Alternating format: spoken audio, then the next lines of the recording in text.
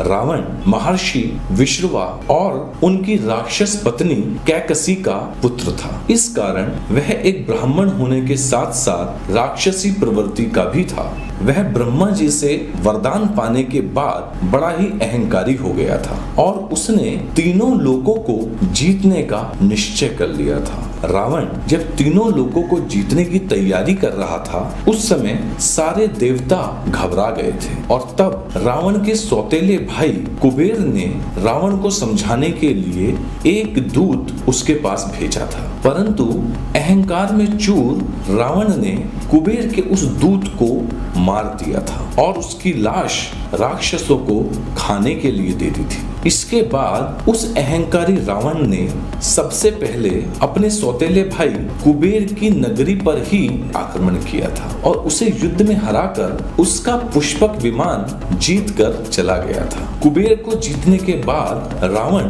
पृथ्वी के सारे राजाओं को जीतने के लिए निकल पड़ा था। इसलिए वह पृथ्वी पर जिस भी राजा के पास जाता था उससे बस यही कहता था कि अपनी हार मान लो, नहीं तो मुझसे युद्ध करो। रावण के भय से पृथ्वी के कई राजाओं ने बिना युद्ध लड़े ही रावण की अधीनता स्वीकार कर ली थी और थोड़े बहुत जिन राजाओं ने रावण से युद्ध करने की कोशिश की, वह ज्यादा देर रावण और उसकी विशाल सेना के सामने ठहर नहीं पाए और अपनी हार मानकर रावण के अधीन हो गए। रावण इसी प्रकार पृथ्वी के राजाओं को जीतता हुआ राजा मरुत को जीतने के लिए उनके राज्य जा पहुंचा।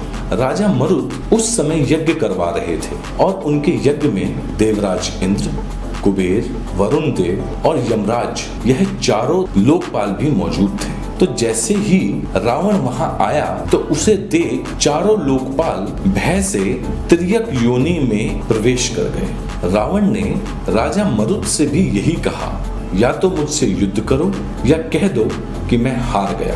राजा मरुत बड़े ही पराक्रमी राजा थे। उन्होंने रावण की यह बात सुनते ही अपना धनुष उठा लिया, परंतु उनके पुरोहित ने उन्हें रोकते हुए यह कहा कि आपने माहेश्वर यज्ञ शुरू किया है, अगर यह पूरा ना हुआ तो तुम्हारे समस्त कुल का विनाश कर डालेगा। यह सुनकर राजा मरुत ने अपना धनुष त्याग दिया था और यज्ञ करने लगे थे। तब रावण ने अपनी विजय की घोषणा करते हुए कुछ ऋषियों को मारकर खा गया था, जिससे उसकी दहशत सभी के दिलों में बनी रहे। रावण के चले जाने के बाद वह चारों देवता अपने वास्तविक रूप में आए और वह जिन प्राणियों के स्वरूप में प्रविष्ट हुए थे उन्हें वरदान दिया। इंद्र मोर बने थे, इसलिए उन्होंने मोर से कहा कि तुम्हें सांपों से भय नहीं होगा और मेरे सहस्त्र नेत्रों के चिन्ह तुम्हारे पंखों पर उत्पन्न होकर